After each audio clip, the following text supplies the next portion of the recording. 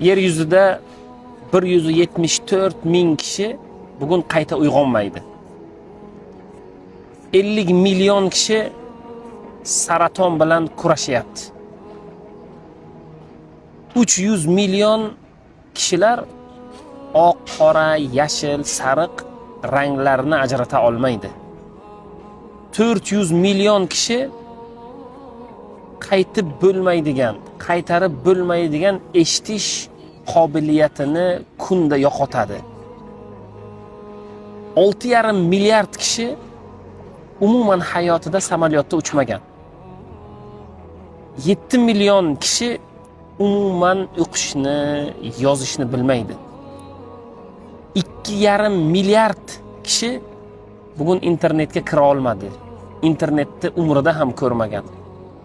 Siz shularning ichida bo'lmasangiz, Alloh taologa tunu-kun shukrona aytishda, ibodat qilishlikda siz majbursiz.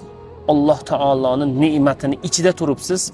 Alloh taologa hamdlar va shukronalar aytishda davom eting.